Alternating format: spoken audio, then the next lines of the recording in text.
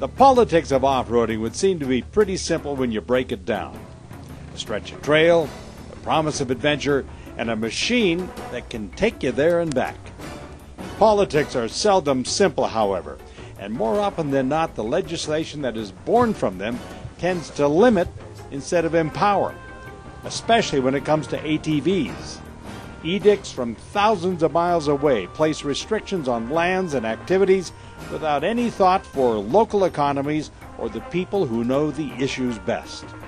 Enter Senate Bill 181, a grassroots effort that opens possibilities and more freedom to those who just want to explore their natural world by motorized means. Effective October 1st, the legislature has made it possible that if you and I want to register our ATVs, if we want to make them street legal and operate on certain highways, we now can do that. The important things for folks to understand is that there's a process that they need to go through in order to make that machine street legal.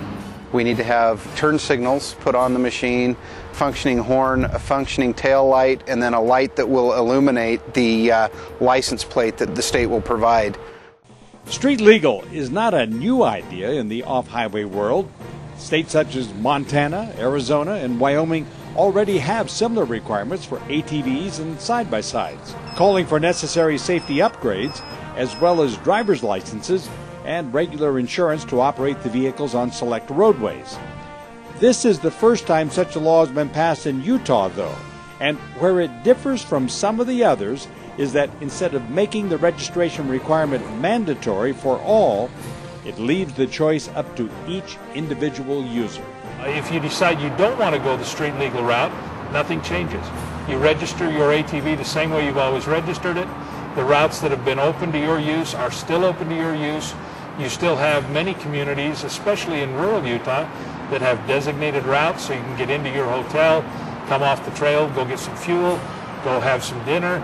All of that stays the same. When you get out into the rural areas, 7,500 people or less, there's a lot of places where you can ride from trailhead to trailhead, thus cutting down on the amount of trailering you've got to do. So for those who live in the cities, this probably doesn't have the great benefit, and we'd certainly encourage folks not to hop on their ATV and run down to the grocery store thinking that as of October 1st they were legal, because they're not. Where the new law is most likely to have its biggest impact is where it was first pioneered, places such as Kane County, where commissioners like Mark Habishaw, Dan Hewlett, and Duke Cox took up the banner of the street legal cause and helped it move from one house of the state Congress to the next. Their efforts paid off for everyone, and it's in these rural communities where the reward will be the largest. Residents from states with similar licensing requirements will have the full legal access to trails in Utah as they do at home, and vice versa. Recreationists from states without such laws, like Nevada, just need to purchase a non-resident permit, and they're free to enjoy the same lands as Utah ATVers. Politics are constantly shifting from left to right, and in that environment, it's comforting to know that the politics of off-roading don't often change. Sometimes they even get a little boost. I think it's another step in the right direction for us to continue to maintain our rights as off-road vehicle enthusiasts. All in all, I think there are some real good opportunities for folks who want to go this way to enhance their recreation. From the trailhead, I'm Don Dunbar.